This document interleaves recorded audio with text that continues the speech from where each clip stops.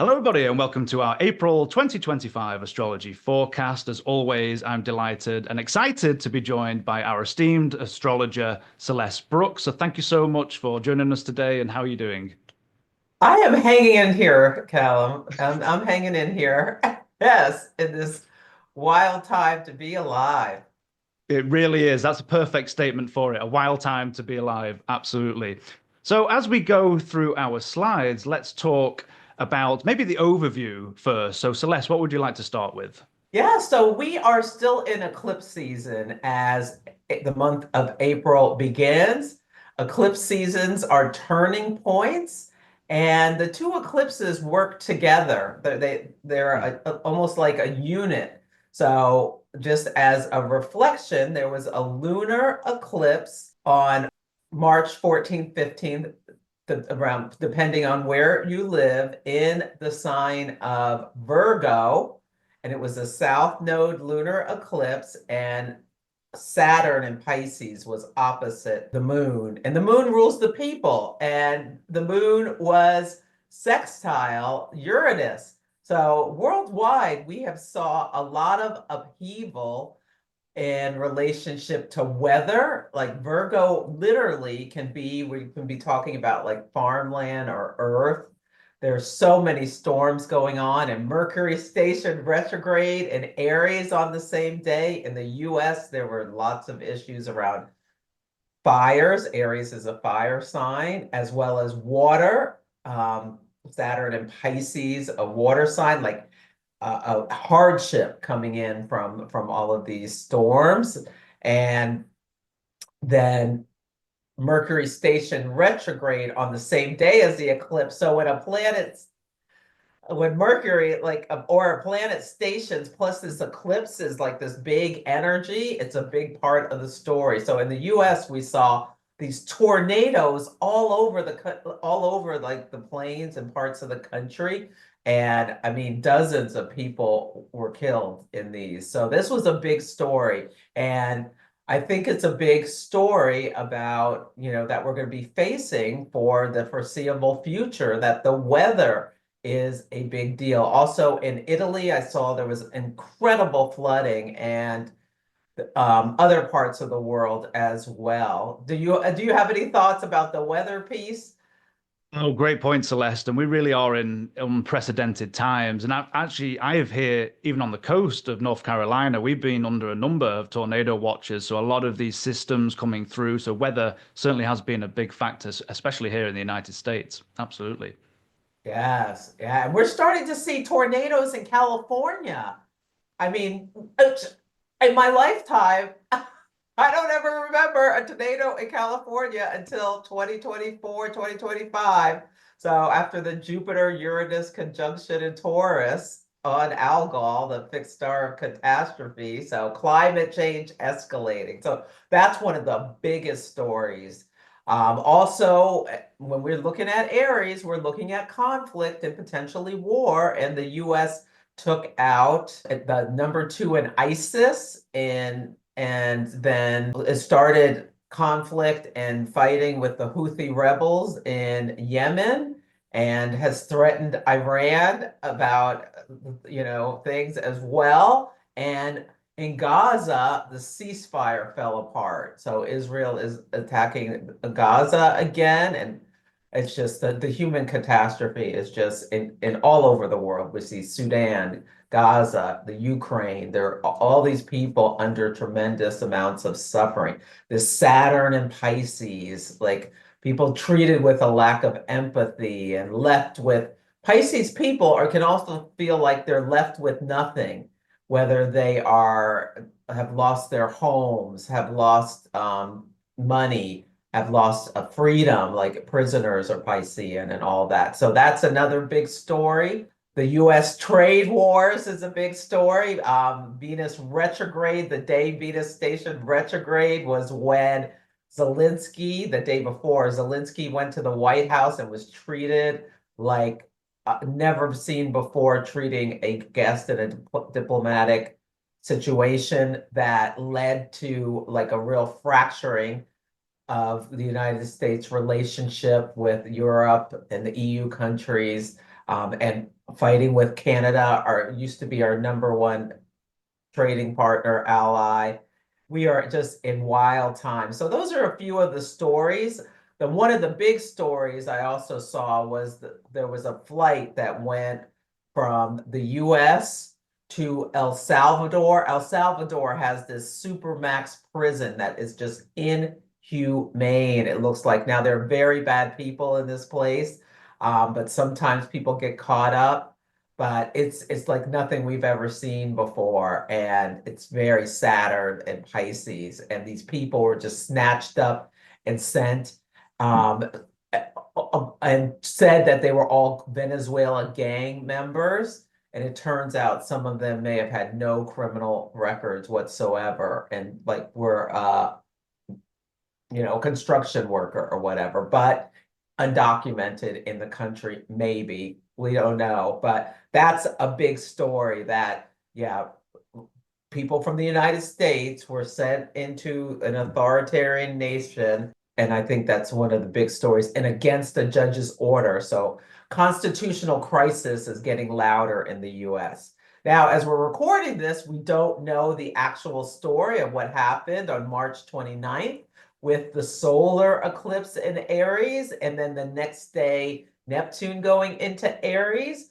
But what I'm imagining, well, one of the things, this solar eclipse is part of the Saros series, 9 New North, and Bernadette Brady in her predictive astrology book, a must-have. And in my transits course, which starts April 1, it's one of the textbooks that's part of the course.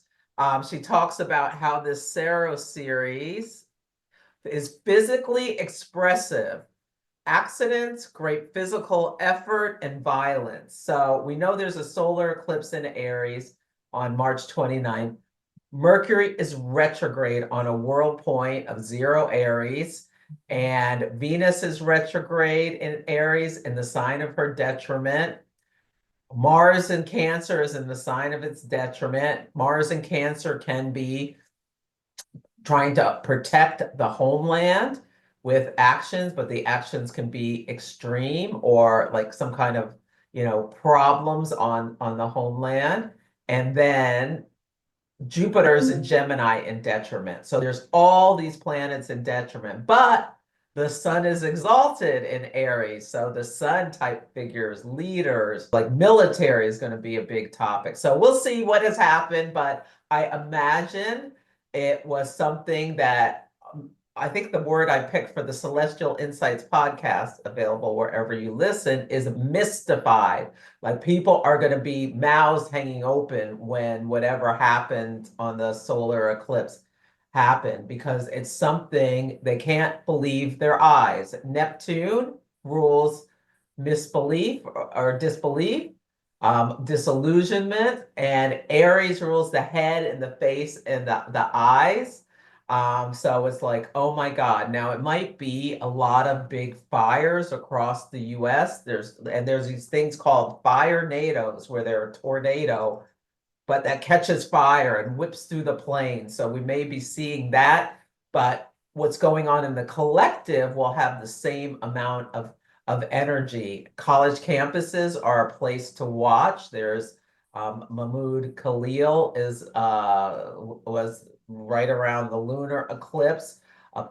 Believe he's from Palestine. He was at Columbia. He participated in protests, but didn't do anything illegal, from what I understand, but was grabbed by ICE and about to be deported. And it was stopped by a judge, but there's this tug of war about, there's like all these people being picked up by ICE who are here in the country with green cards or visas, and being expelled for their political beliefs, which is un-American, or at least it used to be. So that's another big story. So we'll see if there are like big protests on college campuses. In Texas, on the day of the lunar eclipse, there were these underground at Texas University, these manholes, there were explosions underground, like something would happen where we saw like manholes like popping up out of the ground on a college campus. And I think that's like a metaphor for the simmering energy that's getting ready to somewhat blow somewhere. Yeah, because it's we're going to be seeing a lot of protests, already seeing a lot of protests across the country. Yeah, so I went on and on and on, but yeah, there may be some big events that already happened, whether it happened like in the Middle East or in the US, and there could be things about it happened accidentally, or that's because of the retrogrades, or it was like a friendly fire situation is something that may have come up as well with Venus, whose allies retrograde, or are we messing with Panama, which another big thing on the lunar eclipse was Mexico is creating a new canal across the country for shipping so that the Panama Canal can be bypassed totally. And for people who don't know, it was a big deal when the Panama Canal was put in for North American trade, because the ships used to have to go around the bottom of South America. And so it cut the time to get to the west coast of the US by, I don't know, weeks or whatever. Like it was a big marvel, a big deal. And now the Mexican president this woman president has bested the United States by bypassing this canal that the US leader wants to seize back. Retrograde, Mercury retrograde, Venus retrograde, reversing on agreements with allies is one of the big stories we've been seeing going on. So sorry to go on and on and on, but that's what I've been seeing in the No, not at all, collective. Celeste. Your insights are absolutely brilliant. And in the 3 months since we last met, just shows how much has been going on in the collective. And I like your point, which I mentioned last month, about the lack of dignity in the skies and how that's been reflected both in the collective and individual expressions of people. But at least now, as we get into April, we do have a dignified and exalted sun.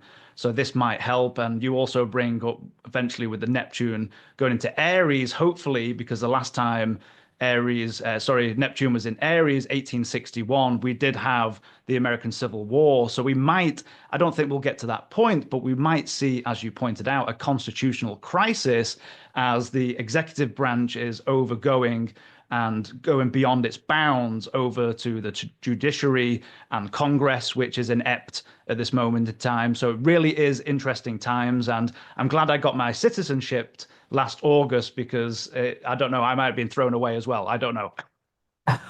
Absolutely. And it's so interesting because one thing I didn't mention, if you set the eclipses to Washington, D.C., the lunar eclipse, the sun in Pisces was in the third house and the moon in Virgo in the ninth house. Ninth house topics include legal affairs, which you're just mentioning, foreign affairs, and college campuses. So we're seeing all these, and broadcasting. The leader of the country talked about how CNN and MSNBC are maybe illegal because they don't like because they disagree with his policies or something like that. So like trying to like attacking the press as well is a story we need to keep an eye on. Yeah. Absolutely.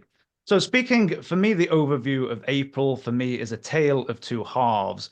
In the beginning, in the first couple of weeks, I feel like we're tying up loose ends, both with the Venus and the Mercury retrograde. And as we get into the middle of April, all of our planets are going to be direct. So we might finally have a sense of moving forward, both collectively and individually, at least until we get to May, with Pluto stationing to go retrograde.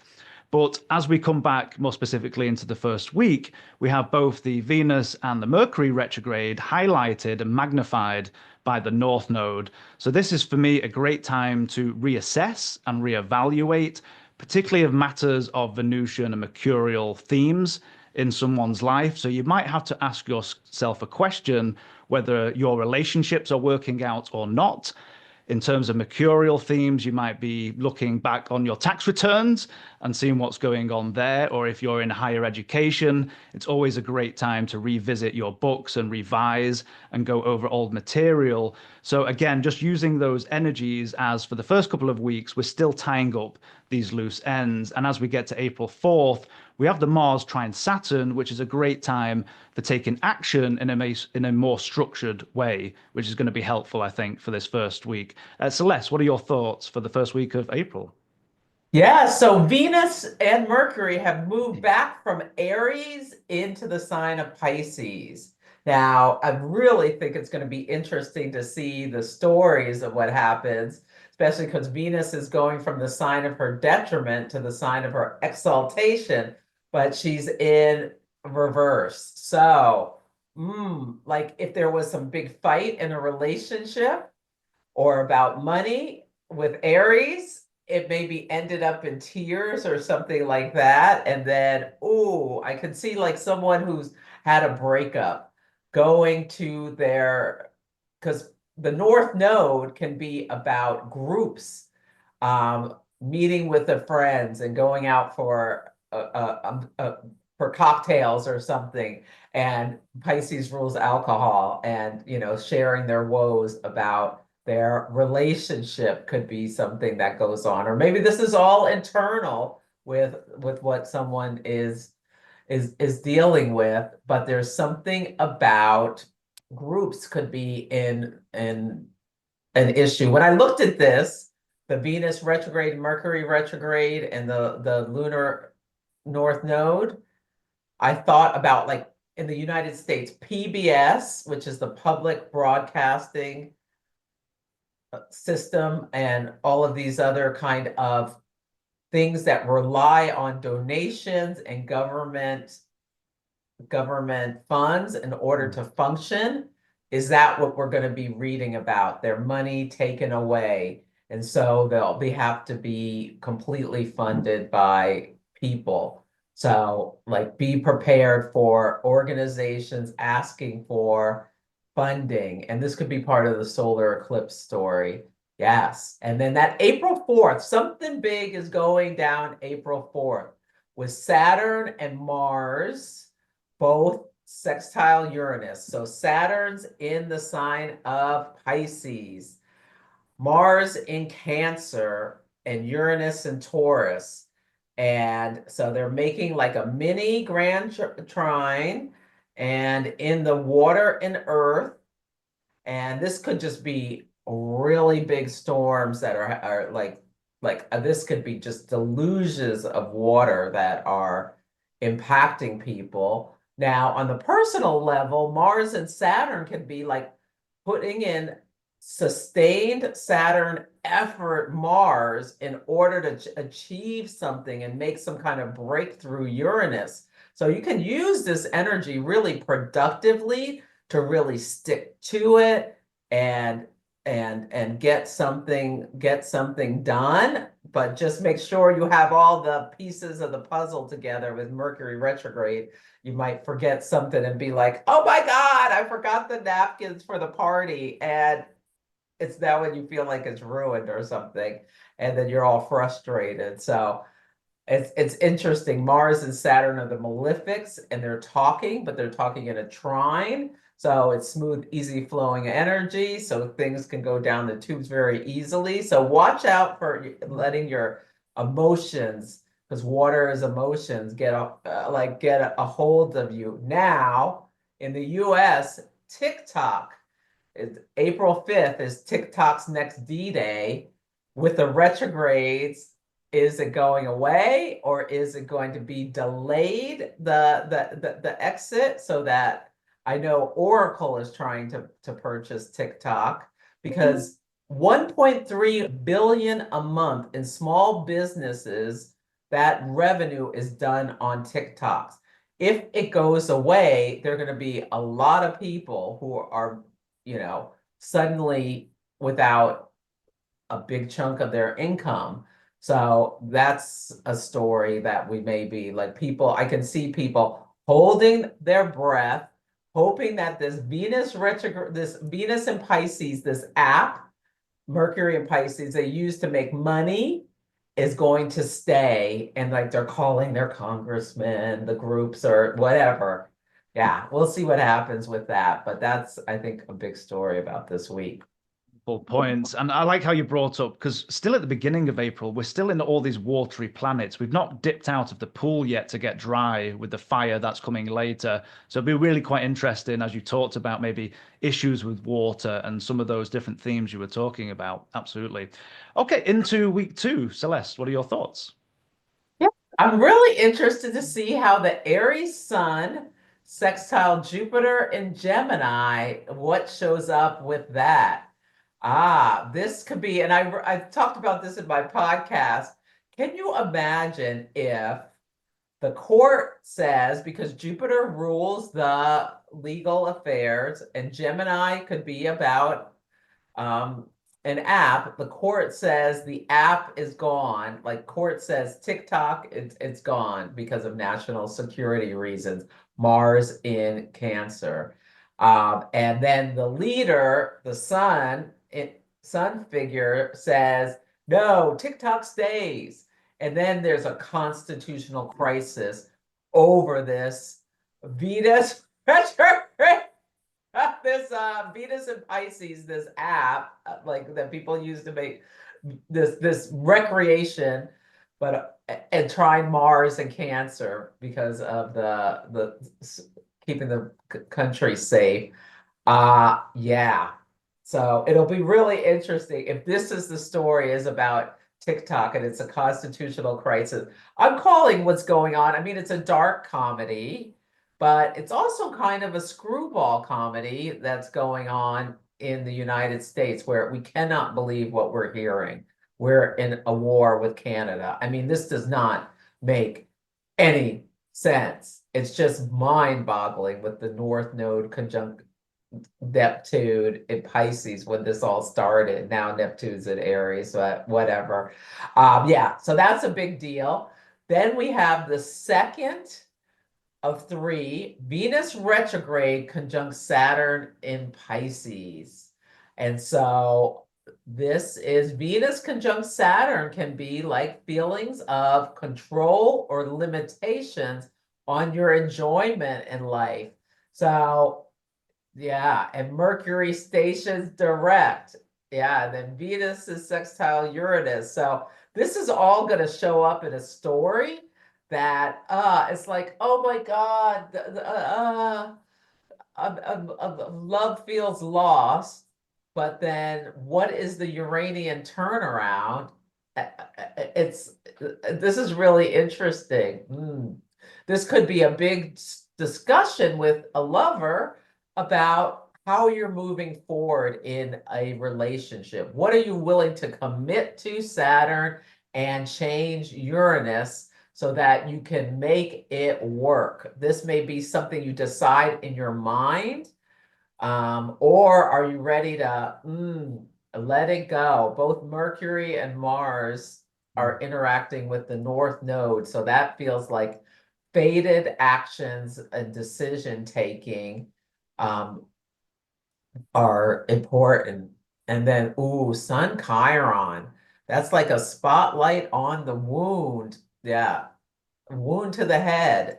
So that's really interesting. And Chiron wounds, but it also heals. So you may have gone through some kind of relationship challenge where it hurt at the time, but in the end, you learned some valuable lesson about yourself, your self-esteem, how you want to move forward. There's a full moon in Libra. Libra rules relationships of all kinds.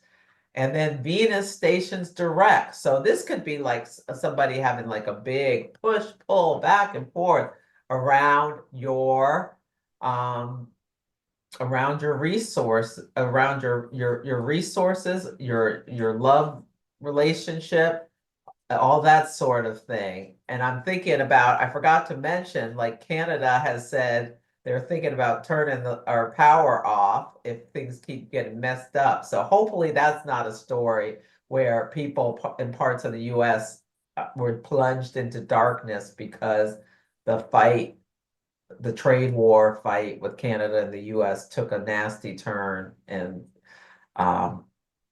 yeah, but this could be the lights come back on the 7th. We'll see. Celeste, I feel like we're living in the upside down world. Did we go into an alternative reality the last time we met? I'm not sure, but I like where We you're going with this. And wonderful point. I've got a I've got a sense with April 7th, as you've talked about that Venus making its way back to the conjunction with Saturn. I wonder here if we might see maybe some constriction in the markets. Of course, they've been volatile quite recently. But of course, Venus in exalted in Pisces wants to say yes, Saturn wants to say no. And as this will fall on a Monday, the 7th of April, I wonder if the market will open up quite low. And of course, you tie in this with the Mercury station direct. And it also makes me wonder whether we might see more cuts from Doge, maybe new announcements of other areas they want to cut and draw back funds from, as you've been talking about, Celeste. And that makes me wonder as we get into April 10th and 11th, as we have Mercury conjunct Mars, where we'll have a continuation maybe of the protests against these cuts and these draconian laws coming through, and where we'll see more anger from the public and all of these town halls that we've been seeing. So I wonder if this will be a constriction of the markets, the Doge cuts, and maybe some protests because of all of this. Absolutely. If you thought people were mad in Pisces season and people in the US have been protesting, flooding town halls, just like you said, all over the country, wait till we get into Aries season. This is going to be, and as we're recording it, it's starting now. But this is going to be, yeah, this is a very loud time. And the full moon, we're really going to see. So when you set this for the US chart, the US IC is at 1 degree of Aries. So now that Neptune's in Aries, it's conjuncting the IC of the United States. People around the world are like thinking, I can't believe what's going on over there, already. And it's becoming more and more and more clear. Yeah, I think you're right. And the full moon, I wanted to say something about the full moon. I was calling it I wrote down diamond in the rough. Now, it's at 23 degrees of Libra, and that is Israel's ascendant. So there's going to be some big story over in the Middle East as well. And Iran's sun is getting eclipsed. So the eclipse is at 9 Aries. Iran's sun is at 10 Aries. So there's something about that as well. Might be looking for a different planet soon. And when Venus stations direct, we'll see what happens then. Oh my goodness. Absolutely. Okay, into week 3, what are your thoughts, Celeste? This Saturn conjunct the North Node. Ooh. Well, you know what I think as well? The Venus retrograde on the North Node could be the US like changing its alliance with NATO in some way. Yeah, like backing out of exalted commitments. I should have said that earlier. Yeah. So that could be something, or Saturn coming into the North Node. Saturn rejects and excludes. The North Node has associations with groups. And in Pisces, that has to do with health, that has to do with, what was something that was really interesting? Duarte from the Philippines was arrested by the International Criminal Court, and he's charged with crimes against humanity. Could this be someone else who's named and charged with crimes against humanity? Or maybe they face consequences, Saturn. That could be. And Saturn and Pisces, this could have something to do with that prison in El Salvador. Yeah. And then Mercury enters Aries. So Mercury's back in Aries. So what is the announcement? And 0 Aries is a world point about Aries topics conflict, that now it's like it's on its way forward. And then the thing about this astrology with the retrogrades, we're getting the personal planets meeting Neptune very early on in the cycle. when Pluto went into Aquarius, it was like over a year before Mercury and it was about a year before Mercury, Mars, and Venus met Pluto and Aquarius and giving us more of that story. But we're going to find out something about this Neptune and Aries really quickly because Mercury is right there. Yeah, and then Mars enters Leo and finally gets gets out of the sign of Cancer where it was in detriment and out of bounds and all this mess. This has been too much. So really notice what little problem you have that might be of a Leo nature or what energetic push you get. What house do you have Leo in? There'll be some kind of story for you to notice what's going on right around April 17th. But do you have an uptick in energy, drive, ready to go, take some kind of action? This is a day, hopefully, to celebrate something, although Mars is opposite Pluto and trine Neptune, so we'll see. This could be Mars and Leo trine Neptune and Aries. Is someone doing some kind of incredible dancing I'm seeing with like an almost spasmodic dancing and then running and doing a bunch of backflips and dance and like there's some kind of exuberant energy of celebration, success, confidence, or it could be, yeah, this is kind of explosive exertions of energy is what I'm getting with this. Oh, and then Taurus, the sun enters Taurus. Whew, so the 18th, when the sun is at 29 Aries, what is going on? So just be aware this is like big energy where people may be ready to get into big conflicts. We're seeing protests around the world in like Serbia and things. Ooh, and we saw just yesterday, they used a sonic weapon on the protesters where there were Mercury and Aries. That's not even supposed to be used on people. And yeah, so what is this about? Wow, so much going on. And I think when we I get know to it's too much. too much going on. I love your point, Celeste. And as we get into week three, we finally, as we talked about before, start getting into a bit of fire as we get out of the drip waters of the planets. And as we get into April 15th, we've got Mercury entering Aries. So we move that Mercury away traditionally from its detriment and fall in the very watery depths of mutable water. Now, this Mercury is more direct and forthright in Aries. My only word of caution is the next day that Mercury will conjoin with Neptune. So even though the information might be a bit more direct and a little bit more clear, watch out for the Mercury Neptune conjunctions in terms of anyone trying to pull the wool over your eyes. It's usually not a great time with Neptune involved for any big purchases, especially as Venus is only starting to gain speed this week. So watch out for major purchases. This is a great day for if you're artistically inclined, whether you want to pick up a paintbrush or maybe even if you want to take a walk down the beach or around the park. It's a great day for a bit of escapism. But in terms of serious thought or writing any contracts out, Mercury conjunct Neptune is never usually the best deal. So just watch out for that on April 15th and 16th. And as we've talked about, we've got Mars entering Leo and finally out of Cancer. I'm so happy. Out of its fall. And as you're saying, Celeste, we've got a bit of dignity here by triplicity. We're in a fire sign. So we might, as you said, Celeste, have that rush of energy and feel we're ready to go again and start to move in forward. Absolutely. Yeah, and I think like in the US, people should consider getting a fire extinguisher. Like looking at this, because Neptune's on the IC of the United States, and then Mercury conjunct Neptune, we could like the news could be talking about fire.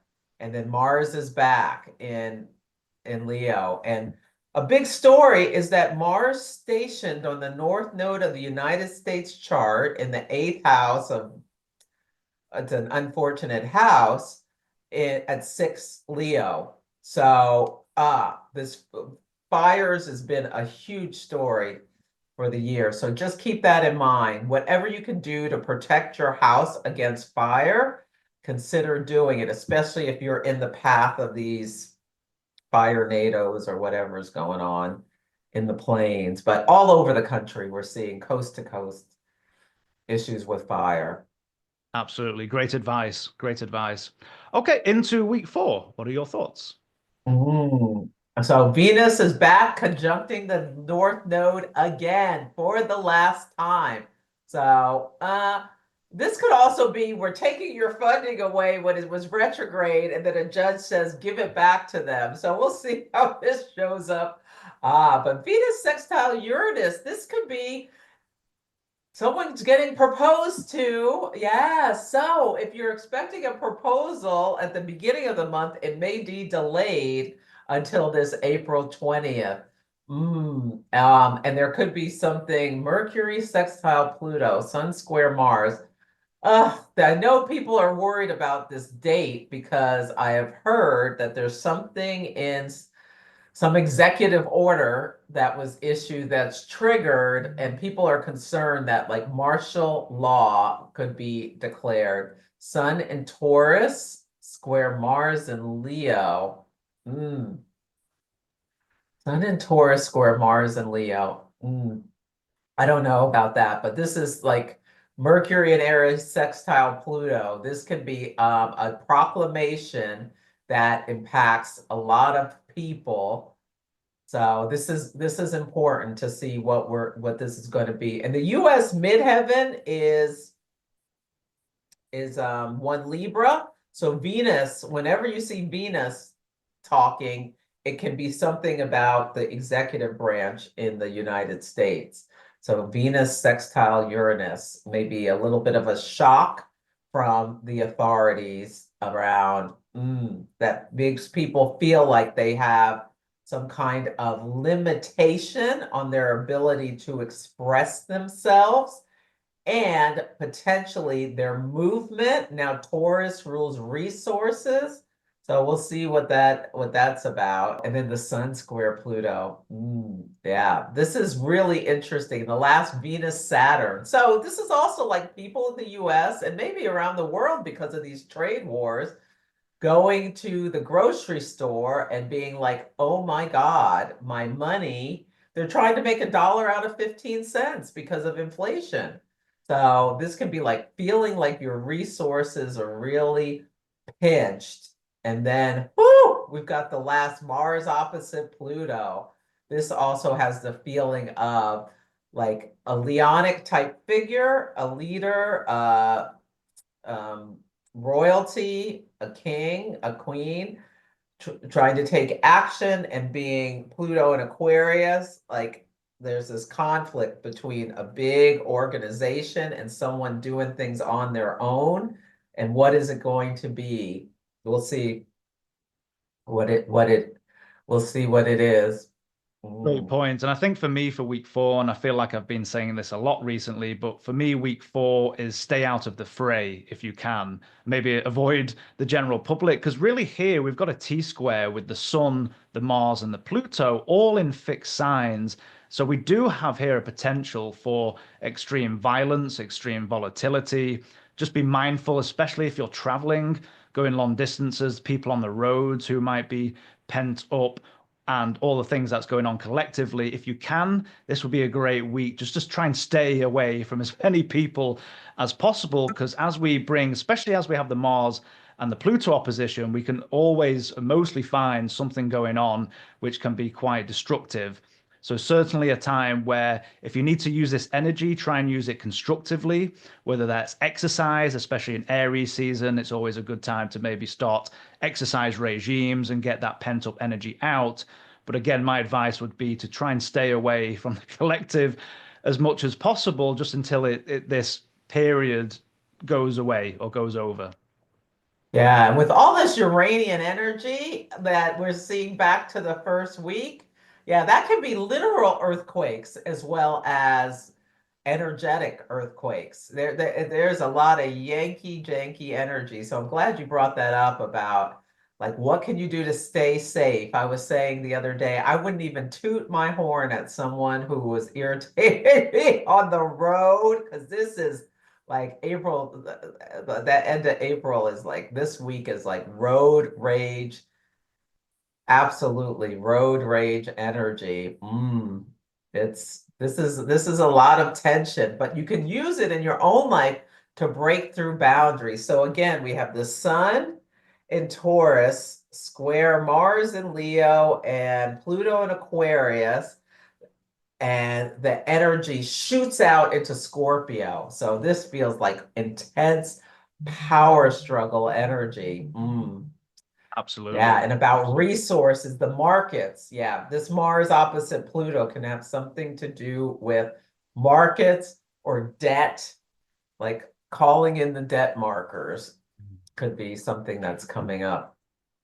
I Certainly feel watch like out for Venus, Saturn, you owe me. that. You owe me. Wonderful points. Okay, into our very short week 5. Celeste, what are your thoughts? Yeah, then we have a new moon in Taurus, ending this. This is like, I think this is the official end of eclipse season. Although events that were seeded by the eclipses will still continue to happen, but a lot of the big stuff will have happened now. And hopefully with Taurus, we're getting some more grounding, some more footing, and that's possible. Now there's still this plutonic energy that's being carried on. So it's still, there's still a lot of tension, but what are we talking about in terms of resources?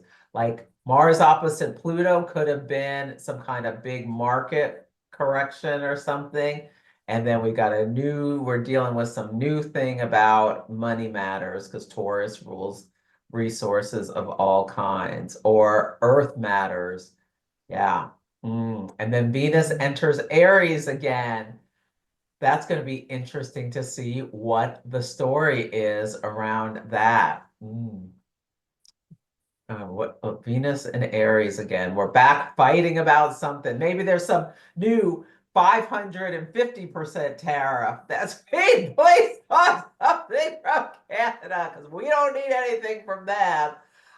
Where people and are people realizing in the US, like I see at some point, the shelves are emptying out. Like we are going to be feeling all of this chaos and energy in the people are, while they're eating foie gras and stuffing themselves like goose in the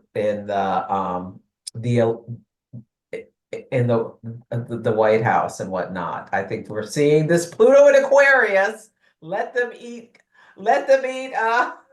Let them Tuna eat fish. cake. Absolutely. Yeah, let them eat It cake. is getting to that point. I mean, we're going beyond the first Gilded Age into the second Gilded Age, where the disparity between the haves and the have-nots is getting so out of whack. And of course, historically, with Pluto and Aquarius, we had the French Revolution, we had the American Revolution. Now we're only early days with this Pluto and Aquarius, but if we get once we start getting into the deeper degrees, we might be seeing those themes coming back around again. As you said, Celeste, let them eat cake. And that blowback, which we've seen with Luigi Mangione, a lot of the first shots probably fired across the bow, and all these themes might come back, will be going on for quite a while. Yeah. And on the Mm. lunar eclipse, there was some Mm. pharmaceutical executive, I believe's house was attempted arson. So that Luigi's legacy is not over, and we're seeing all of these Teslas dealerships are having problems with being attacked and whatnot.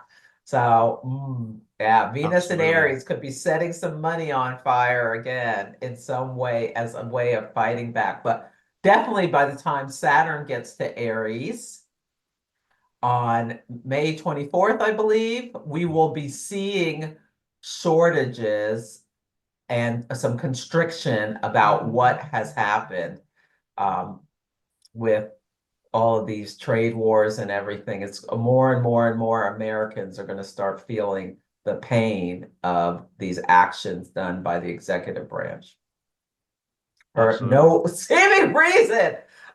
Because a thimble full of fentanyl comes from Canada. Yeah, right. It's wild, and we're in for some interesting times ahead. So hopefully we can all stay grounded. It's hard. It's hard. I mean, the more you can zoom out and detach and see it from a higher perspective, and I'm struggling with this myself, so it's like it's not like see it from the higher perspective of the archetypal energies that we're seeing.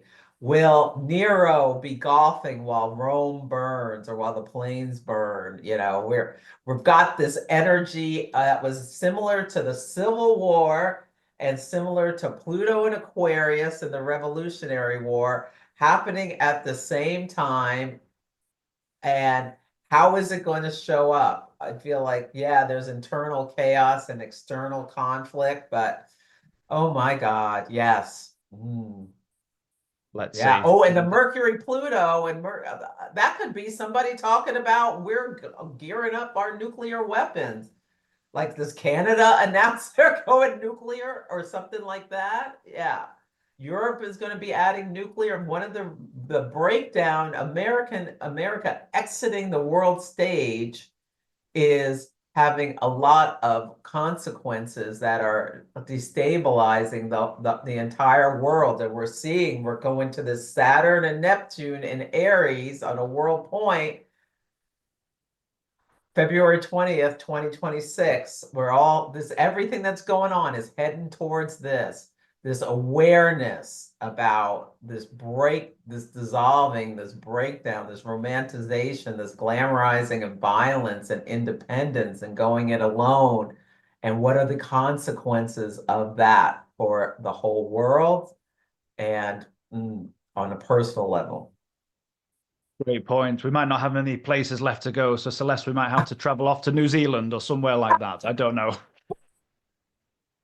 Change. Because I was thinking, where do I go? And I got the message, there's nowhere to run. Nowhere to go, right?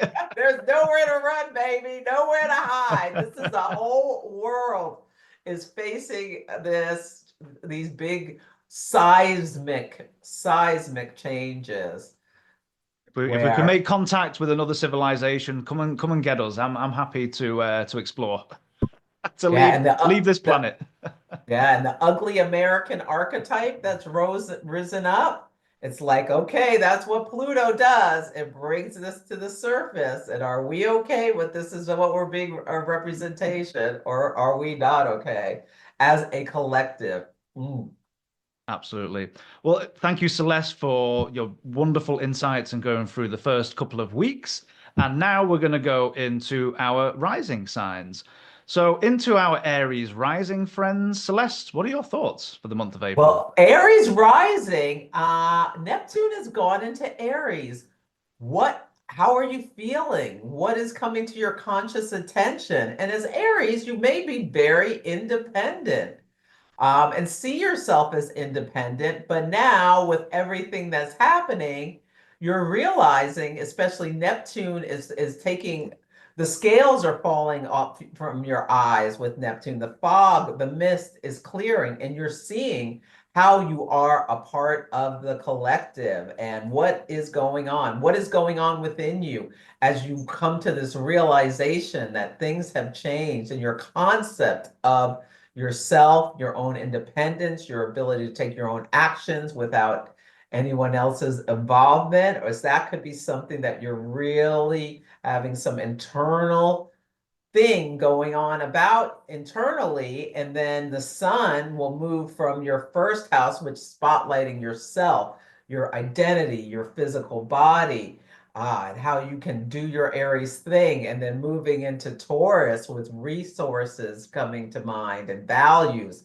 So there can be a lot of real internal stuff that's going on with you, Aries, especially Mars, your chart ruler, has been in the sign of its fall, out of bounds, at times retrograde in your fourth house of your most private self, your home, family, and foundations. And you may be thinking about like how you got here to be this really independent soul and how that's impacted your relationships.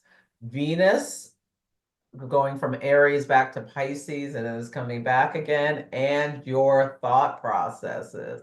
So Aries, you're going through a real big thing. I highly recommend journaling to really, Gemini rules your third house.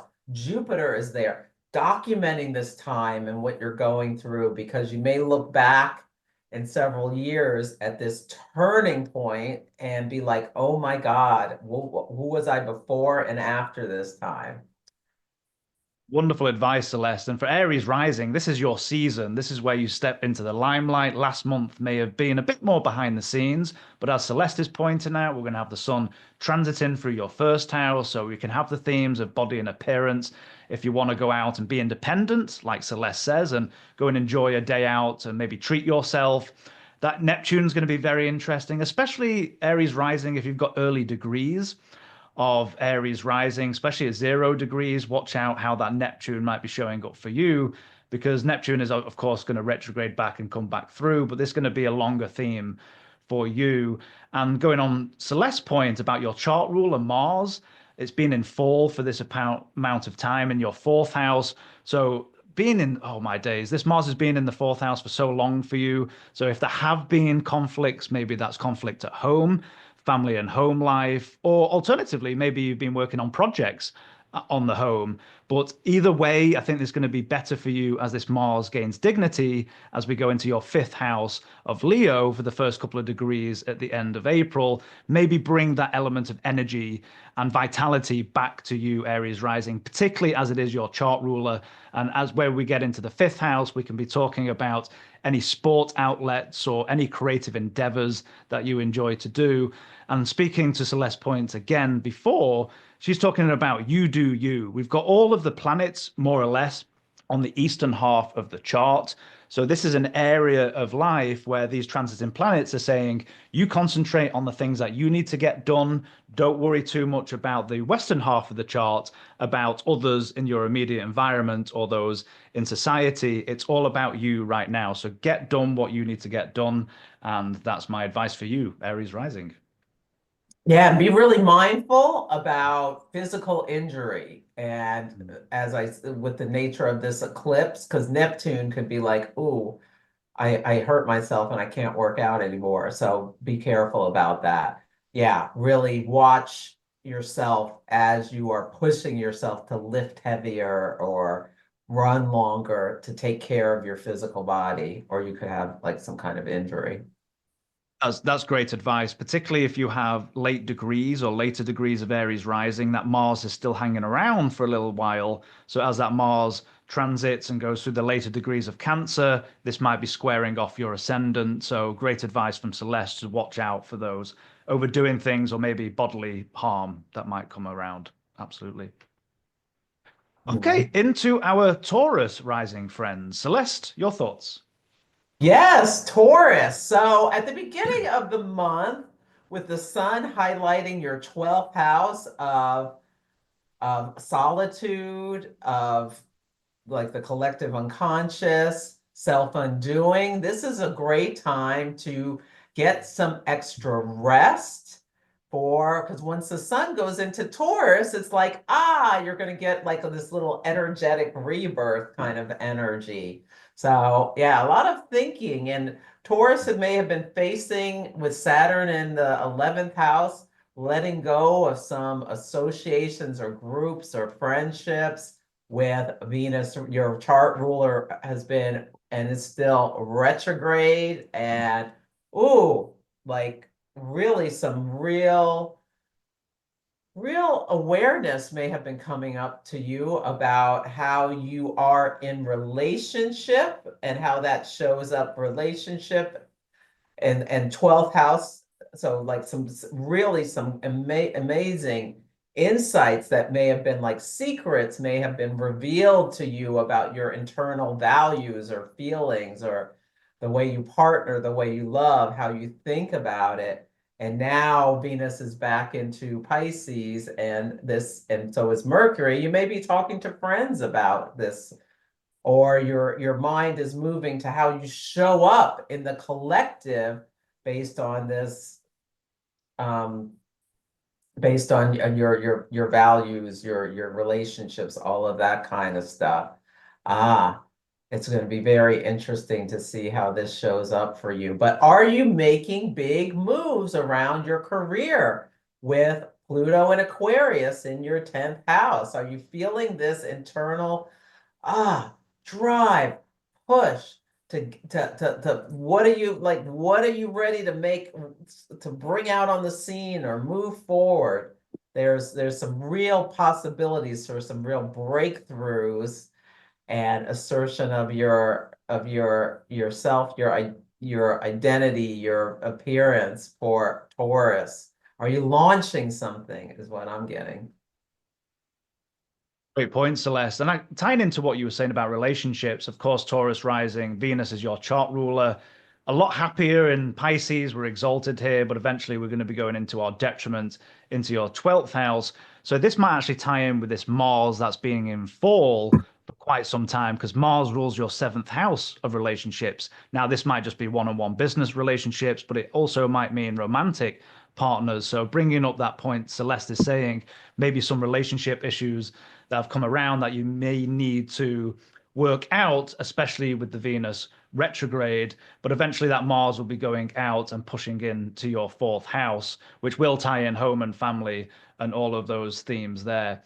And I like what you were saying, Celeste, talking about Taurus rising right now. You're kind of behind the scenes until we get into Taurus season. So if you need to take a little bit of a break, maybe a bit of a retreat, go somewhere to meditate. We've got Neptune just dipped its toes into your 12th house. We've got the sun transiting through the 12th. Might be a good time to stay out of the fray for a couple of weeks and maybe treat yourself and try and rejuvenate before you get into Taurus season. Because as Celeste is saying, when we have that sun transit your 1st house, you might have that rush of energy again. So this is probably a good time to relax until your season comes about. Okay, into our Gemini rising friends. Celeste, your thoughts? Yeah, so Gemini Rising, as we begin this month, your chart ruler, Mercury, is retrograde in the sign of its detriment, Pisces. So, ooh, you may be like, just think about, are you feeling extremely, well, Pisces can be emotional, empathetic, um,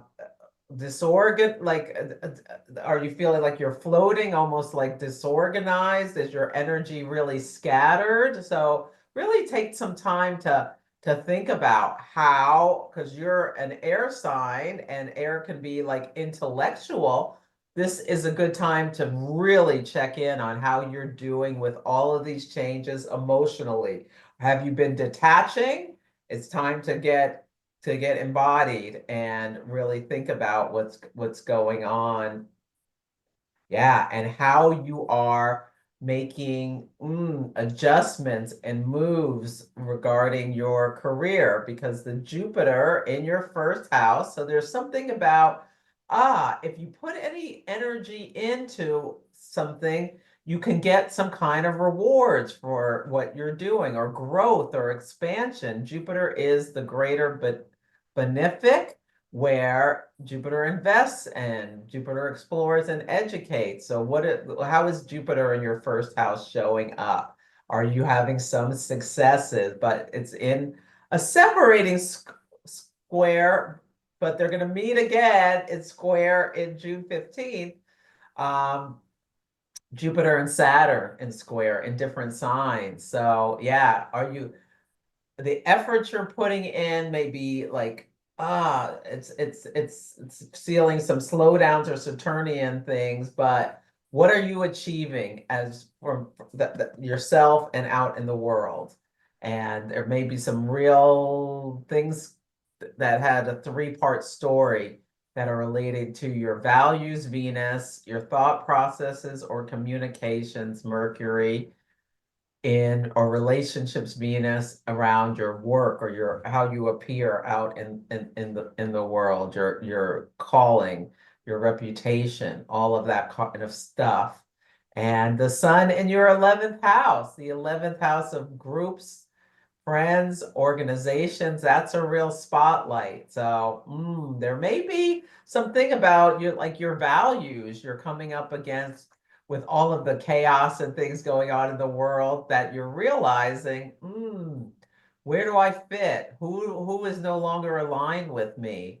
Yeah, there's a lot of public standing and friendship groups things going on within you is what I'm getting. And you may be going through some real evolution. Uranus is coming to you, Gemini, July 7th, where you're having all kinds of awakenings and they're going to start speeding up. So with Gemini, you're an air sign. Journal, journal, journal this time. It's a big one.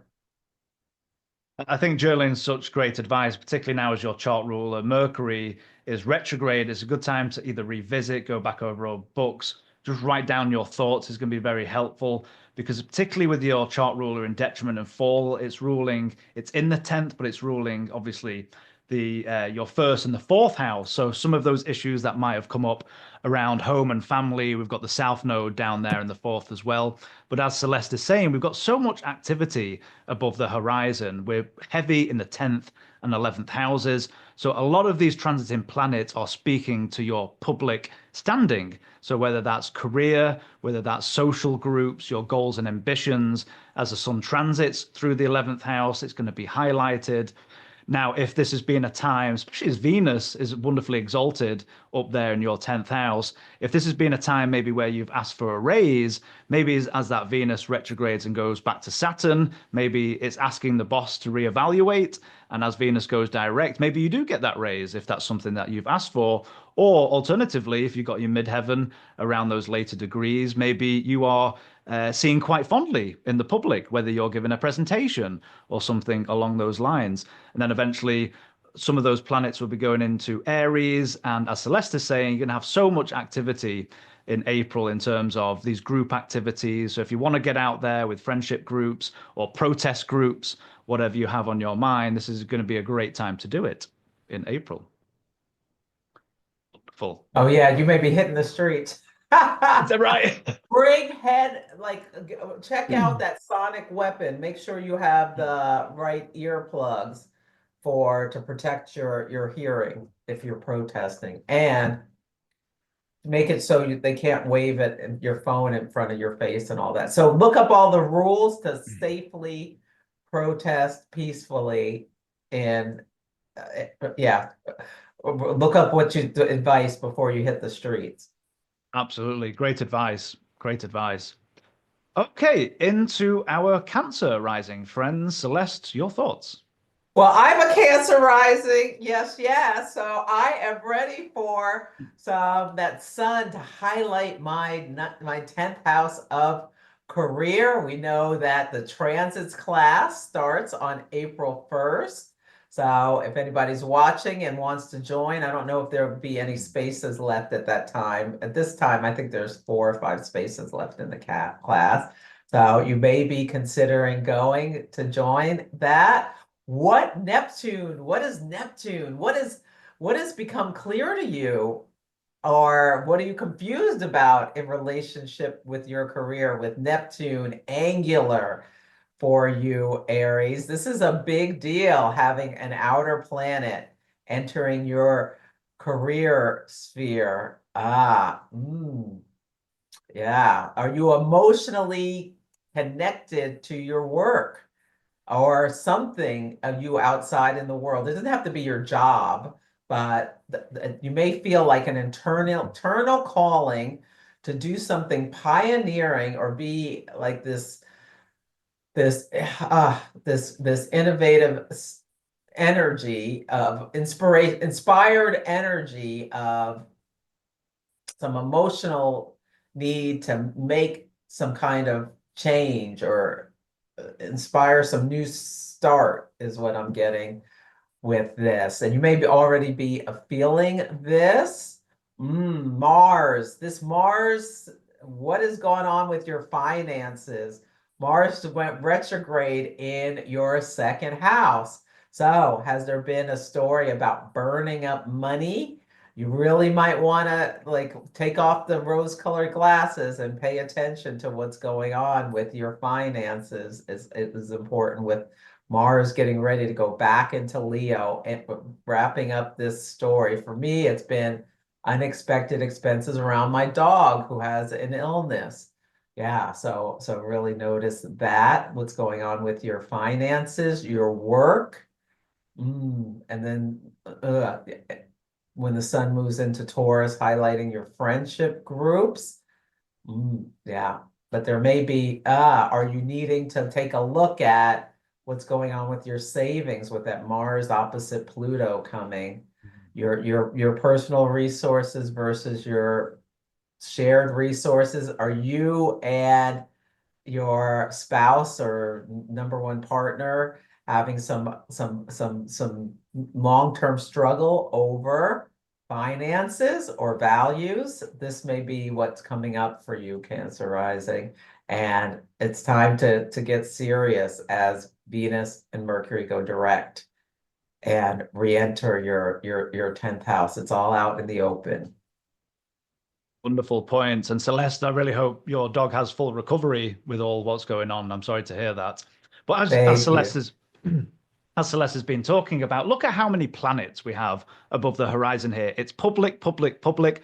Now, I know not every Cancer rising likes to be publicly out there. We've got an internal pull of the Cancer rising, of the polarity, but we've got the ninth house, the 10th house highlighted as we have the sun transiting through the 10th, this exalted sun. It's a beautiful place high above the sky.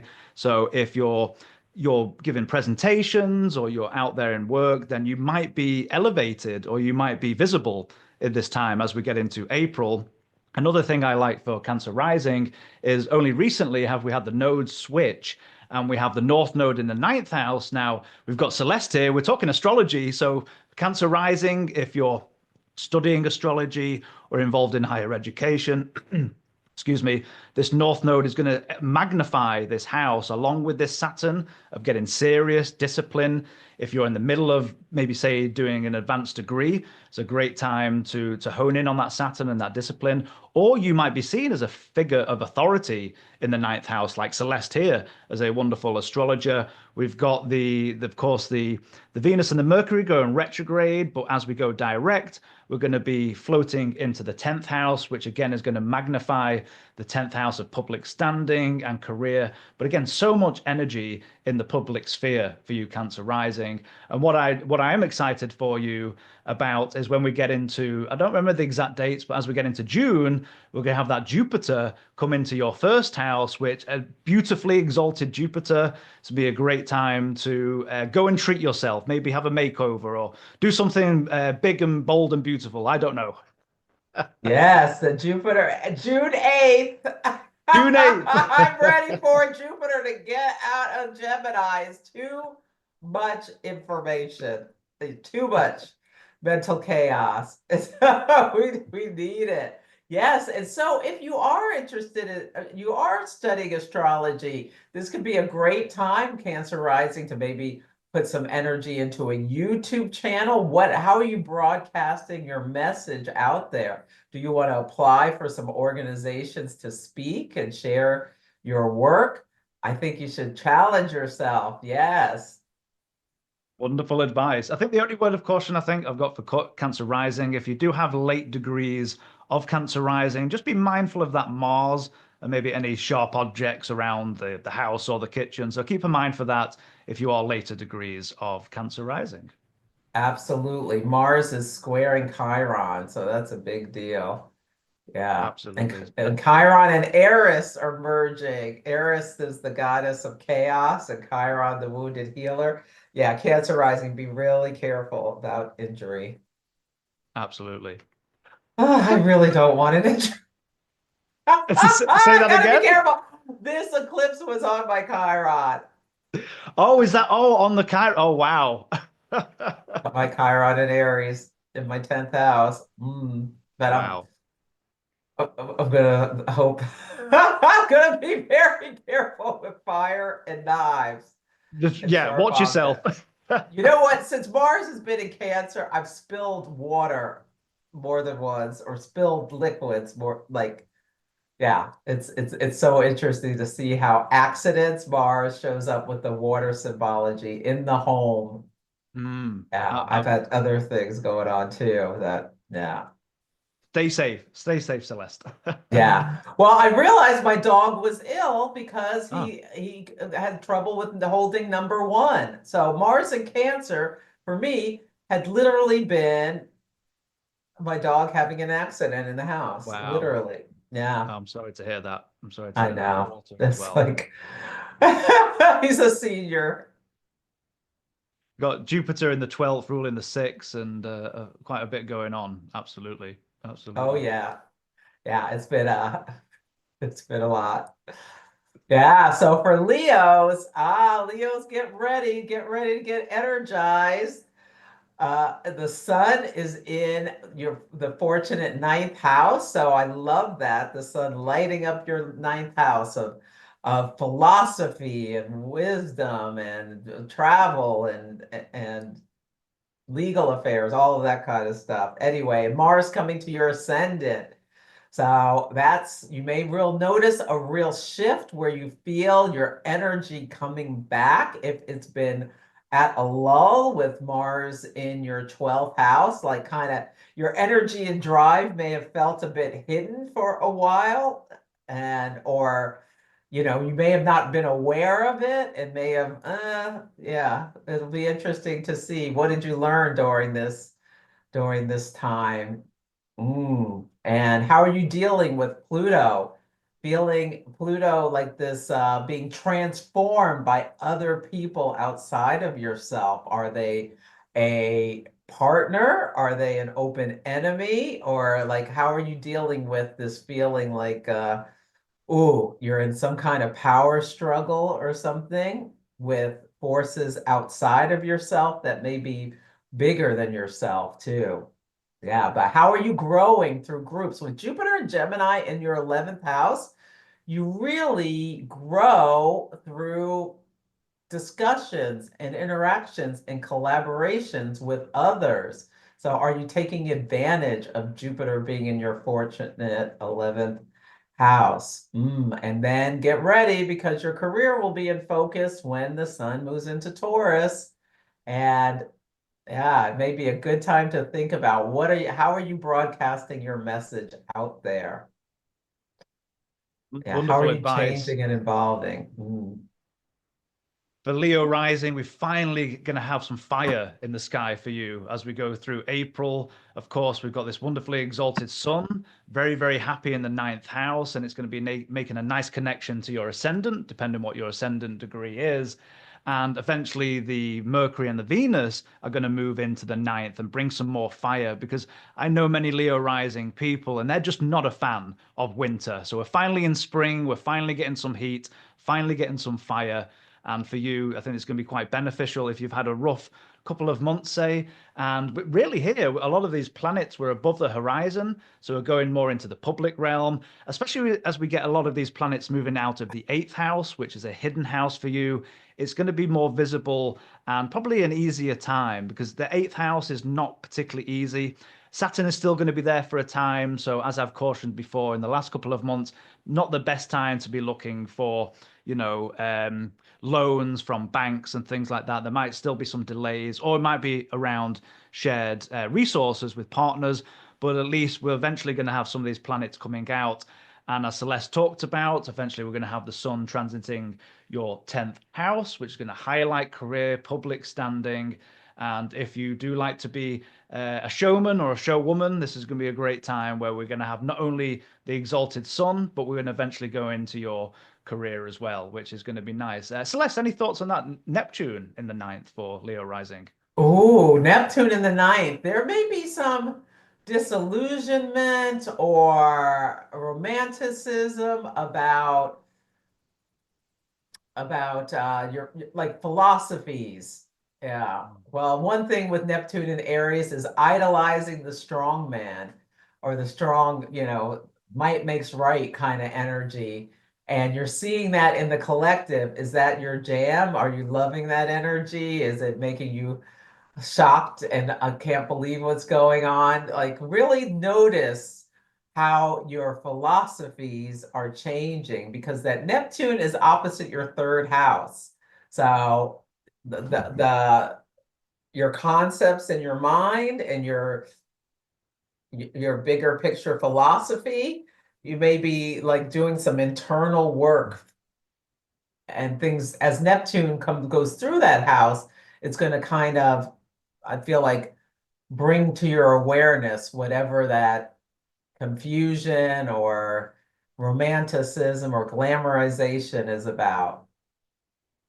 Wonderful point. Absolutely. Yeah. And my only word of caution for you, Leo Rising, if you have early degrees of Leo Rising, just keep an eye on out that for that Mars. Now, this can go two ways. As Celeste say, it could be a rush of energy, which might be needed, especially as we've got the sun wonderfully exalted. But just be mindful of any sharp objects at the home if it goes across your ascendant, which is reflected of the body. Mhm. Okay, into our Virgo Rising friends. Celeste, your thoughts? Yes. So Virgo risings, your chart ruler, Mercury is retrograde. So there may be a slow start to April. And it's conjunct Venus. So maybe you're reaching out and connecting with old friends you haven't seen in a while. That could be a great thing to do with this energy. Yeah, some real thought about how have things been going on with your one-on-one partnerships. This may be something coming to light with Venus dancing with Saturn in your seventh house. This is a really important time for you, and some shadow things are going to be coming to your attention. The sun is spotlighting your eighth house, and the eighth house, part of the eighth house, I mean, it's shared resources and assets, but it's also our shadows, the things about us we'd rather disown. How have you tried to have influence or control maybe over a partnership? Because with the South Node in your first house, you are recognizing some of your shadow Virgo tendencies, which may be about control or perfectionism or over analysis of things, or all of those kind of shadows of this beautiful sign and coming to light, and you and your partner may have had some real serious conversations over the last bit. And are you going to be using this to go start new starts with Venus and Mercury going direct, where you're committing to new ways of being and allowing the partner with Neptune now in Aries to have some sense of their own freedom without you trying to control things? And it could just be all about yourself, about letting go of perfectionism and maybe stop worrying about what everybody else thinks about what you're doing, and have some heart-centered thoughts about how you want to grow your career, because Uranus is coming to Gemini, and there's going to be opportunities for breakthroughs in your public perception, your public standing are coming up. So I feel like a lot of this work is internal about you and the other.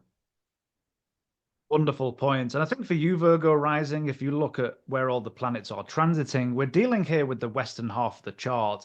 As Celeste has been talking about, we're dealing with the seventh house. We're dealing with partnerships. This can be business partners or this could be romantic partnerships. And we're merging here with a lot of these planets. And your chart ruler is going to be moving to the eighth house. So, especially around April time, this could be talking about tax season, as we have the sun highlighted in the eighth house. Maybe you have to have discussions with your partner about those shared resources, as Celeste mentioned. So keeping an eye on what's going on with others, because all of these planets are related to others. It's opposite of your ascendant. So if you feel this is a bit irksome at times, just try and give yourself some breathing room, especially as Celeste mentioned, we have that south node now in your first house. So some of this energy can be a little bit draining at times, especially if you do have that perfectionist streak and you do like things in order. This might be a time where it's a little bit draining. So I would say my advice to you would be make sure you have some self-care. Make sure you're eating right, make sure you're exercising, and making sure you're taking care of yourself, as we do have a lot of activity with others in our environment and others in society. And yeah, and the North Node, of course, that's highlighting seventh house of partners. The one thing I do like is although we have a Jupiter in detriment, it is the greater benefic, and for a time now, has been going through your 10th house. So maybe this is a nice area of life where you can focus a lot of your energies if the one-on-one partnerships are getting a little tiresome. The only word of caution I might have is that Mars, as it eventually goes into your 12th house and starts a run through your 12th house for a while, just watch out for, particularly if you're in big organizations, maybe people working against you, those hidden enemies could be an issue, or anyone talking behind your back. Just be careful with the malefic going through the 12th house is my probably only word of caution when Mars gets there. Oh yeah, there could be power struggles. So yeah, pick your battles. Great advice. Pick your battles. Absolutely. Wonderful. Okay, into our Libra rising. Friends, Celeste, your thoughts? Okay, Libra, the spotlight's on your partner, which may be how you like it. So your one-on-one relationship. So yeah, and with Neptune there, how is that?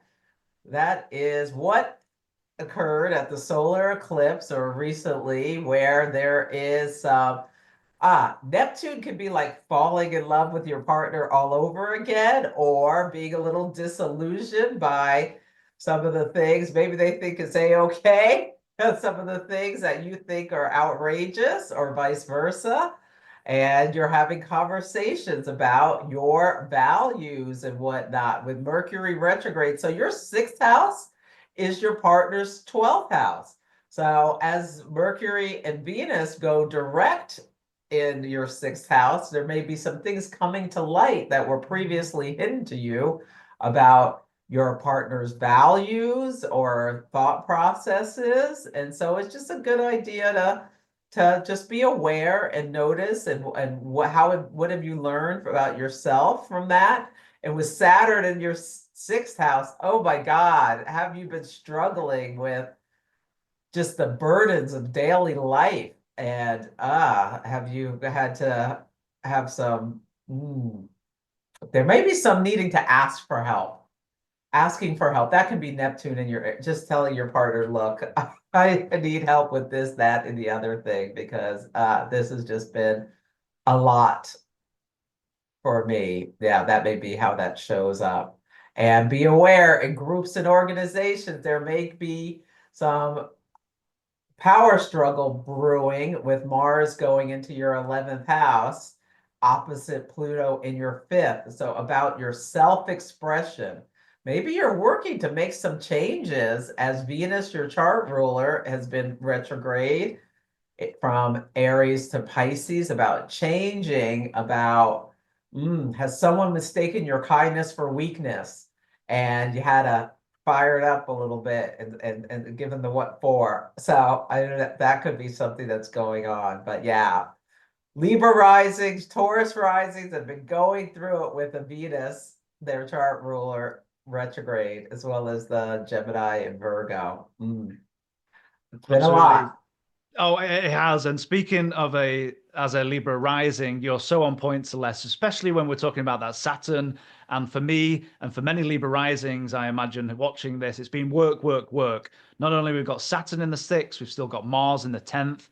So now, as we get deeper into April, we're switching from work, work, work and nose to the grindstone to more of, as Celeste has been talking about, highlighting relationships. We're going to have the exalted sun going through the seventh. Neptune is going to be a bigger story there, but we're going to have Mercury and Venus go through the seventh. So this is a great time if you've been working very hard, like myself, and you've not had much time for partnerships or significant relationships. It's going to be a great time to go treat yourself, go out for a nice meal, go out for a walk, go and do something with your partner. as that Mars eventually goes into Leo. There could be power struggles. On the flip side of this, this might be a good time to put your energy out into community groups and start meeting friends again. So if you've been busy, busy, busy, and you've not had much time for anybody, as we get deeper into April, this is going to be a better time to reconnect with relationships, whether that's on one-on-one or whether with group activities. So this might be a nice time for us.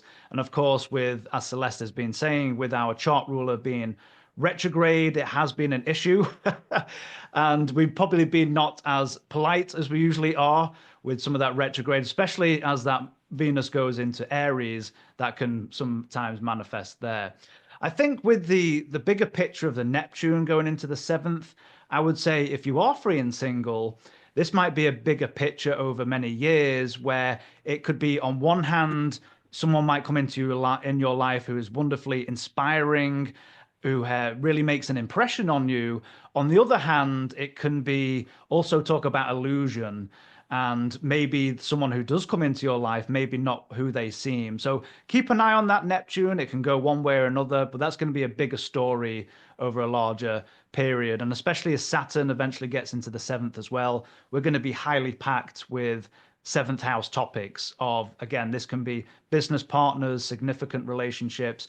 And as we see on our chart, all of our planets are on the western half of the chart.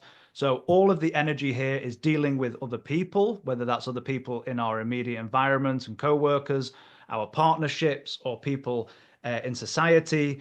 You know, it's not about us at this time. It's about dealing with others. And we have to deal with that over these coming months. Absolutely. Mhm. Wonderful. Okay, into our Scorpio rising. Friends, Celeste, your thoughts? Yeah, so Scorpio rising, the sun is going through your sixth house. So as we start, are there medical appointments you need to be setting up with your chart ruler Mars having been retrograde? It's a really good time to get everything checked up to make sure everything is tip top. With Neptune going into your sixth house, you may find yourself feeling a little depleted or tired, and recognizing that, and maybe you want to start some new kind of health routine to really to get your strength back or get yourself your endurance up. And there's the nature of this Aries eclipse about physical effort. Just remember, Scorpio can sometimes be like, go big or go home. Be careful not to just go rip roaring into the gym for the first time in years and try to put 100 pounds over your head, because you could have a physical injury. So keep that in mind. There may be a lot going on at work for you. So it feels like a lot of work and not a lot of play right now, but this too shall pass. The sun will be moving into your seventh house, and then your partnership may be in some focus. But what has come up, Scorpio, about your self-expression with Venus and Mercury retrograde in your fifth house? And have you gotten back to any old hobbies or things that you enjoy? If your partner has really been picking up some of the extra, doing some extra heavy lifting because you're so busy at work, can you do something romantic for them? Maybe as Venus goes direct in Pisces, that could be a beautiful thing to do. Do something romantic for your partner that they're not expecting. Yeah. Write them a love note, a love song. Yeah. But with Saturn in your fifth, you probably haven't had a lot of time for play. So, yeah, it will be coming back when, yeah, hopefully by the time we get into Taurus season, you'll get at least some chances for some Thank you. recreation. Mercury retrograde. And Mars is going back into your 10th house. So, do you have energy and drive, that hard work you're putting in to whatever it is at work? Complete a project, win a deal, launch something. Yeah, that may come to fruition. And it's like after April 26th, you may be celebrating the end of a big struggle that you had to push yourself through. Watch out for power struggles with your boss, because it could end up in a nuclear disaster situation with Pluto at the base of your chart. The less I was thinking the exact same thing, watching out for power dynamics with bosses, especially as that Mars goes into Leo. But being the chart ruler, I mean, we have been in fall for a while. So as Celeste says, that Mars is going to gain a bit of dignity by triplicity as we go into the fixed fire. So as Celeste says, we may be having an extra boost of energy being your chart ruler. But really, it does seem like it's a time of a lot of work and not much play. As we've been talking about Saturn in the fifth, we've got a lot of fifth, sixth house dynamics going on. And especially with the retrograde planets, they're going to be moving through the sixth house. So it might just be working out your day-to-day routines. Maybe if you're looking to maybe do a new health regime, this is going to be a good time to rework some of that work, or it just might just be day to day, a lot of work going on. Because not only have we got an active sixth house this month, with the Mars going into the 10th, it might just increase that workload. So if you do need to de-stress and take a bit of time out, just relax as much as you can, because it does seem to be a time where there's a lot of hard work going. But as Celeste mentioned, as we have the sun highlighting the seventh house, a good form of escapism might be to go for a nice fixed earth Taurus dinner, somewhere that keeps you grounded, somewhere that fulfills you. Might be a good escapism with you and your partner. I think would be good advice. Mm. Wonderful. Okay, into our Sagittarius rising. Friends, Celeste, your thoughts? Ooh, Sagittarius rising. Now, this is nice having the sun in your fifth house. So, are you having some enjoyment, spending time with your children, doing some hobby stuff? Neptune, it's interesting. Neptune in your fifth house could be, are you making any romantic gestures with that energy? Mm. Are you thinking about going on a trip with that could be thinking about going on a trip with either romance mm, or I don't know, some kind of Neptunian theme on your mind. A competition on water? Are you going to do what's that thing? The something Mulder people do? Some Sagittarius might come up with an idea they're going to do that race where you like go through the mud and compete. Like there's Iron Man energy with this. Just be careful about injury is what I'm getting with that. And Wonderful. you're also dealing with themes of self-expression with Mercury has retrograded from your fifth house back into your fourth house. And you may be getting some clear clarity about things about your private self is what's coming up for me. But yeah, I think it's nice to have an eclipse in your fifth house, Mm. Absolutely. potentially. And I think for you, Sagittarius rising, this is a nicer blend of energies than maybe what you have been dealing with, as Celeste is talking about. We're going to be highlighting the fifth house, creativity, joy, pleasure, all of those themes. Not only we've got the exalted sun moving through there, eventually we're going to have the Venus and the Mercury too.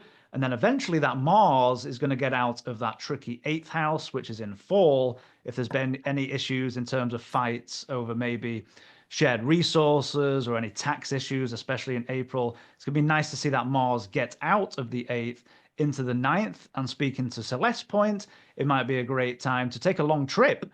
I mean, it's still Mars, still a malefic, but if you want to put energy into that area of life, maybe going on a long trip, maybe a long trip where you do sports or you travel for a pleasure and travel for joy, as we have the fifth and ninth house component put together. And of course, Mars ruling that fifth house, that might be a great time to go again, have a bit of enjoyment if life has been a bit stuffy recently. And what else have we got going on? Yeah, Neptune into the fifth. That's going to be really interesting over a long period of time. So let us know in the comments below what's been, if there's, those that Neptune dipping its toes into that fire in the fifth house. Let us know how that's been working out for you. Of course, Jupiter's been out there in the seventh house for a while now, so highlighting the area of one-on-one partnerships, whether that's business relations or whether that's romantic partnerships. And eventually, as that sun goes into Taurus, there might be towards the end of the month more of a focus on getting some work done or maybe working out daily routines, all of those kind of themes we have with the sixth house. Yeah, and I think this is a continuation of the story with the South Node in your 10th house. Are you having the opportunity to work less? Hopefully, it's not because of a layoff or something, but it might be. And if so, maybe Neptune in the fifth is you're reimagining or imagining a different way of being, like your self-expression, like redoing your resume and really showing in it like what you've done, and make sure to maybe get some professional help with it, whether it's like running through it through Chat GPT and letting that help make it better, or hiring someone or whatever. That's what I'm getting. Yeah, you may be deciding you want to make some changes at work. And can you feel that fire in your fifth house of risk taking? Maybe you want to do something that is a little different. Yeah. I like Make that. Yeah, maybe a bit of risk taking and then drawing in that fifth house energy. Absolutely wonderful advice. But don't ignore the risks with Neptune there. That's true. Just be aware of what they are. Write them down. Wonderful advice. Okay, into our Capricorn rising. Friends, Celeste, your thoughts? So Capricorn rising, this is more internal. The sun is in your fourth house of home, family, and foundations. That is where the eclipse was. Are you making changes around there? Are you like, is some stuff going on? Because the fourth house can also be our most private self. Are you coming to some awareness with the lunar eclipse was in your ninth house of higher philosophy, about how some things have changed, and what does that mean in your life? What changes need to happen, is what I'm getting. That is something that you may be considering. Your chart ruler is going to be wrapping things up in your third house, moving into your fourth house, and that can be like Neptune opposite your work house, and then Saturn's going to be opposite your work house. You may be imagining a different way of doing your work in some ways, and your work ruler, Venus, because the MC, if you have a Libra in the 10th house, you may be reconsidering some things about work, or making changes, or having some delays around work projects that hopefully they'll be getting past that. And then when the sun moves into your fifth house, hopefully you can have some fun and enjoyment, because the fifth house is the house of joy. Wonderful. Hopefully you're enjoying your work in some way with Jupiter in your sixth house.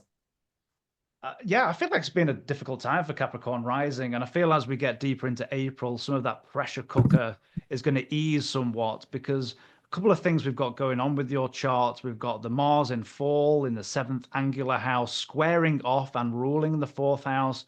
So there may be some issues if you've been moving house or apartments, or maybe some conflict with things going on in the home and the family life. As that Mars eventually and finally gets out of Cancer and gets a bit of dignity and triplicity as we get into fixed fire, it's going to be an easy energy, and it's not going to be rushing up against that fourth house.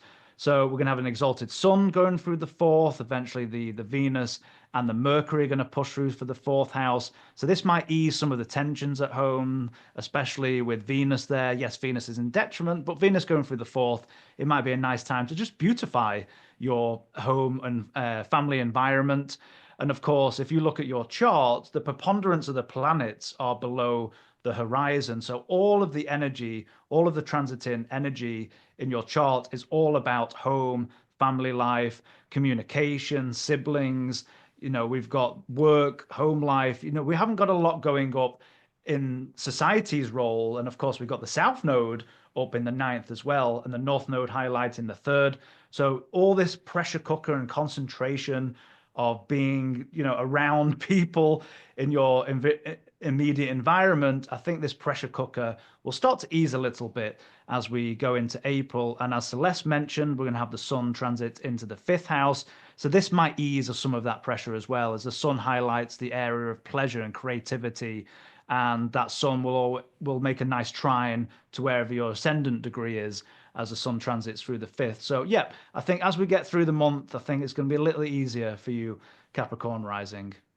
Yeah. And if you and your partner have had some conflicts with Mars Mm. and the retrogrades of Venus and Mercury, maybe this could be a great time to make up when the sun is in your fifth house of joy, sex, all that kind of stuff. Yeah. The The fun hard work, things. celebrating the hard work you've been through. Yeah. And hard work is your specialty, maybe, as Wonderful a advice. Capricorn Wonderful rising. advice. Yeah, sex for fun. Enjoy yourself. Maybe you'll make a baby. Jupiter is coming into Cancer. Will it Oh, I be a like. Oh, there's the baby? connection there. Yeah. Wow. Wonderful. Okay, into our Aquarius rising. Friends, Celeste, your thoughts. Ah, so Aquarius rising, they've had a lot of frustrations at just like the daily work that you're doing. Mars is in your sixth house and it rules your midheaven. And so there may be some just a need to like, oh my God, a lot of work. And maybe some of it is just busy work, I wonder. So you'll be happy potentially when Mars goes into Leo, as long as you keep in mind that that can bring up some power struggles with you and your partner. So just keep that in mind for that. But the sun is highlighting your third house of communication, thought processes, neighbors, like your local environment. Um, if your car hasn't been serviced in a while, take care of that. Everyone should think about making sure the batteries in your smoke detectors are up to snuff. So checking all those batteries. Yeah, this is when when there's active when the sun's in your third house, it's a time where there's a lot of errands often or like just busyness. So taking care of some of that busyness and Mars in your sixth, like take care of home protection is what I'm getting because Mars is in Cancer. And then the sun is going to go into your fourth house. So this is more of an internal time for you. And you may be rethinking a lot about your values. And Aquarius, this is your time. Like Pluto's in your first house, a time where the people, like maybe you're going to have a leadership role in some kind of action about protecting the freedoms of your people or your country or something like that. Aquarius can be stepping up into positions of power. It's your natural energy to be able to want to fight for individuality and freedom and all of that kind of stuff. So you may be preparing for launch in some ways of the work you're here to do on a higher level. Such wonderful points. And I think for you, Aquarius Rising, for a time now, the main themes have been work, and particularly in the area of finances. We've had so many planets in Pisces, Saturn there for such a long time, and being your chart ruler, which is very significant. We've got the nodes who have just switched recently with the North Node in the second, the South Node in the eighth. And of course, with the Venus and the Mercury retrograding back into the second house, you might be revisiting some financial matters, whether that you're talking about certain amounts of income with the Mars in the sixth, as Celeste has been talking about. Maybe you have been working hard, although maybe not being given the credit that you deserve, especially with that condition of that Mars. So I think as that Mars moves out, we're going to be highlighting the area of the seventh house. So maybe the shift as we get deeper into April, maybe towards relationships, we've got the exalted sun in the third house, ruling the seventh house of partnerships, Mars moving into the seventh house. So it might be a shift away if you've been working hard to maybe enjoy some time with partners. But because it is Mars, just be careful of Mars going into the seventh, that conflicts don't arise, or maybe some things have to be said with your partner. And of course, as that sun goes into your fourth house, the home and family life is going to be highlighted as well deeper into April. Mm. Absolutely. Okay, last but not least, our Pisces rising friends. Celeste, your thoughts? Pisces, Neptune is out of your first house. So has the confusion cleared in some way? Now the values may be where you're like feeling a little adrift. Neptune could leave us feeling a little adrift, or money matters. But Saturn's like, you've been really putting in a lot of work. If you have been putting in a lot of work, the rewards could be coming with a Saturn in the North Node. Once Saturn gets past the North Node, it's only a matter of time till May 24th comes around and it's out of your first house. Now, it's going to dip back. Both Saturn and Neptune are dipping back later in the fall. But, ooh, this is a really good time to think about this time period. What have you learned? And your second house of resources and values and money are highlighted with this. But I feel like there's some big values story coming with Pisces, and it's really important for you, especially if you're extremely empathetic, which as a Pisces rising, how are you protecting your energy? Because there's the collective is in a state of a lot of chaos, and it may be causing you to like your values maybe have focused on a lot of other people in the past, and now it's time to start thinking about with the North Node in your first house, putting yourself first in some way. And this has been what maybe the Venus transit, the Venus Mercury retrogrades have been teaching you. You cannot be a caregiver for everyone because your energy is being depleted. You have to take care of yourself. And that may be what illusions are clearing, that you can't be Captain Save Everyone in the World but myself anymore, if that has been your modus operandi. And as Mars moves back into your sixth house, you may have to make some changes about your routines and your rituals to help yourself stay really grounded. Yeah. And maybe you're thinking about changing jobs or something with Uranus coming to your IC, or making some changes about where you live. Maybe you're trying to move abroad or something like that. Could also be what you're going through. Such wonderful advice, Celeste, because I think for you, Pisces rising, you've been through the ringer for a time now. And as Celeste is saying, you can't pour from an empty cup. So if you've been given too much of yourself, making sure your cup is full before you start helping others is very, very important, I think, for Pisces rising. I think it's been quite beneficial to have that Venus come through the first house. So if you have treated yourself, especially if you have a late degrees of Pisces rising, some of those themes are going to be revisited as we have the Mercury and the Venus retrograde, and then eventually move and highlight your second house of finances, like we do have with the exalted sun. I think that's going to be really nice for Pisces rising as we get further into the year, especially as we get into June. We're going to have that Jupiter that's wonderfully exalted in Cancer into the fifth house of joy, creativity. And speaking to Celeste's point about career, well, that exalted Jupiter in June is going to be ruling your 10th house of career. So that might tie in quite nicely if you've been struggling in that department. And of course, as Mars goes into your sixth house, work might be a theme that comes up later in the month. But I think for you, it's eventually, as these energies subside, it's going to be maybe happier times possibly for you, Pisces rising. Wonderful. Absolutely. Wonderful.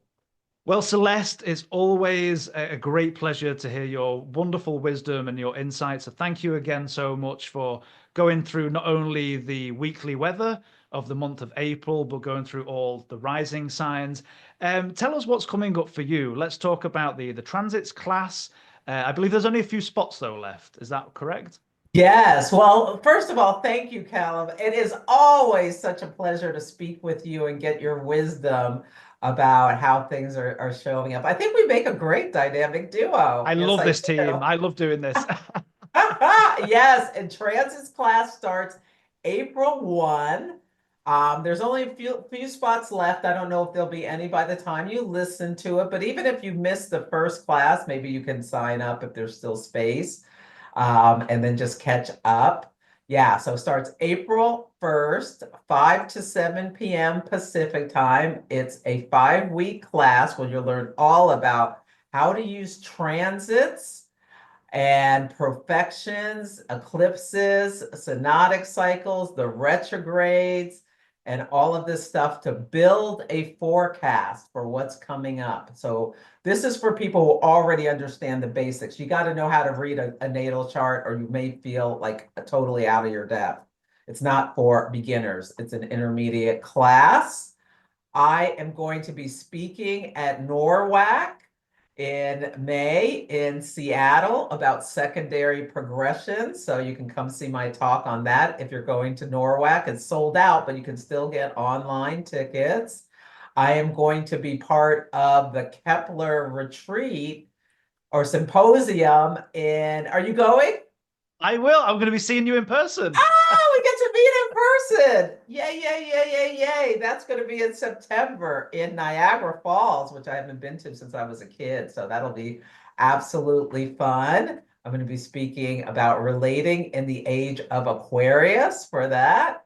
And for OPA, I am the program manager for OPA, the Organization of Professional Astrology. And we're having a retreat in October. We're going back to Park City, Utah, and I'm going to be doing a 3-day track about predictive astrology. So you can come and learn all about transits, progressions, solar arcs, consultation charts. There's going to be all eclipses, all sorts of information about forecasting the future and mundane stuff too. Yeah. Yeah, it's going to be wonderful. I got to get started on all my presentations as soon as possible because it's going to be Celeste, I don't. You're thoughtful. like a juggernaut. I don't know where you find this energy, but your wonderful I work don't either. across. Exactly. It's all that Cancer Rising. It's all the planets in the public sphere. I guess this is how I'm using Mars, trine Saturn, and both sextiling Uranus to I love it. sustain energy and effort and work to get all my astrology classes and things prepared. And Absolutely. So for people who can follow that information, where can they find you on the social media platforms? yes, I'm Celeste I'm at Astrology by Celeste on all the socials. I'm on Instagram, TikTok, YouTube, Threads, and Blue Sky, and Facebook. But Instagram is my main platform. I'm doing more and more on YouTube.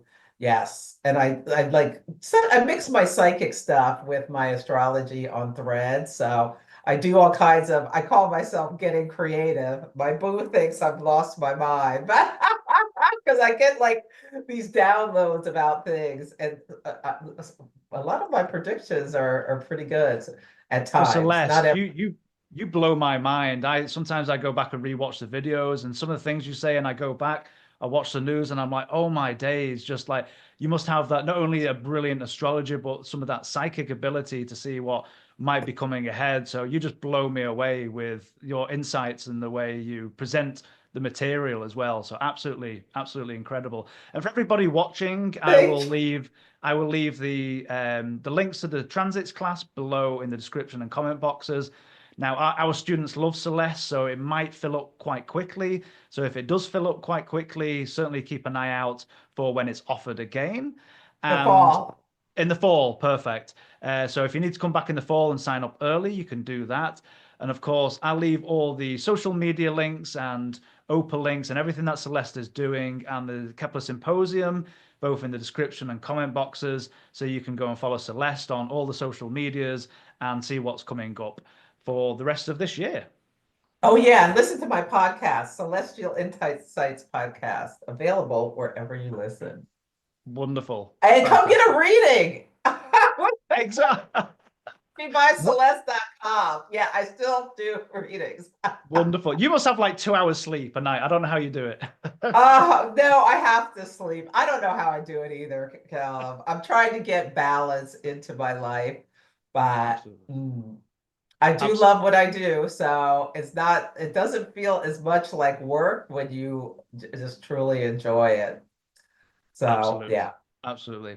Wonderful. Well, again, Celeste, thank you so much for today. And Celeste will be back on for, hold on, April, May, June, July or August? Which one are we doing next? I'm trying to remember. We do the cardinal. So it's June, right?